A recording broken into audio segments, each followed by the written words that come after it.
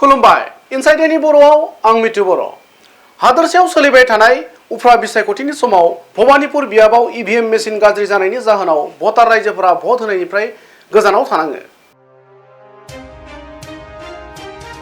भबानिपुर बियाबनि सिङाव थानाय सालबारि बरतारिनि 66 नं भट मिरुआव सा 72 भटारफोरा भट थुखांनायनि उनावनो ईवीएम मेसिना गाज्रि जायो होनना मिथिहोयो। इनअपारेटिव দেখা কাৰণে আমি অসুবিধাত পৰিছোঁ এতিয়া কিছু সময় মানে বন্ধ আছে। কিমানটা ভোট পোৱা লৈছিল স্যাৰ? তাৰমানে 71টা ভোট পোৱা লৈছিল। ঠিক 72 নম্বৰটো দিব ধৰাৰ লগে লগে মেচিনৰ মানে সিউ কন্ট্ৰোল ইউনিটে ইনঅপাৰেটিভ দেখা। কিমান নম্বৰ চেণ্টাৰ এইটো স্যাৰ? এইটো 66 উত্তৰ বৰতাৰী। এতিয়া সেক্টৰ চাৰে লৈ আছে সেট এটা নতুন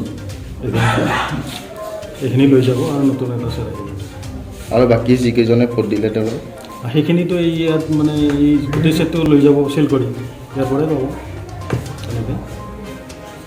মেচিনটো বেয়া হৈছে 72 পোল হৈছিলে তাৰ ওচৰত মেচিনটো বেয়া হ'ল আৰু সেইকাৰণে বৰ্তমান ৰৈ আছে।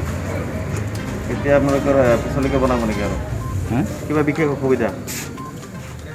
মেচিনটো পুনৰ চেঞ্জ কৰিবা ভাল হয় তেনেহ'লে আৰু পুনৰ চলিব আৰু চেণ্টাৰটো। আপোনালোকৰ কিবা অসুবিধা হৈছে নেকি? বৰ্তমান বিশেষ অসুবিধা হোৱা নাই, খালি ভোটটোহে দিব পৰা নাই ৰাইজে। কিমান সময় বহি থাকিবলগীয়া হ'ল? কিমান সময় ৰখি থাকিবলগীয়া হ'ল? সেইটোতো আধা ঘণ্টামান সময় ৰাখি থাকিব লাগিব।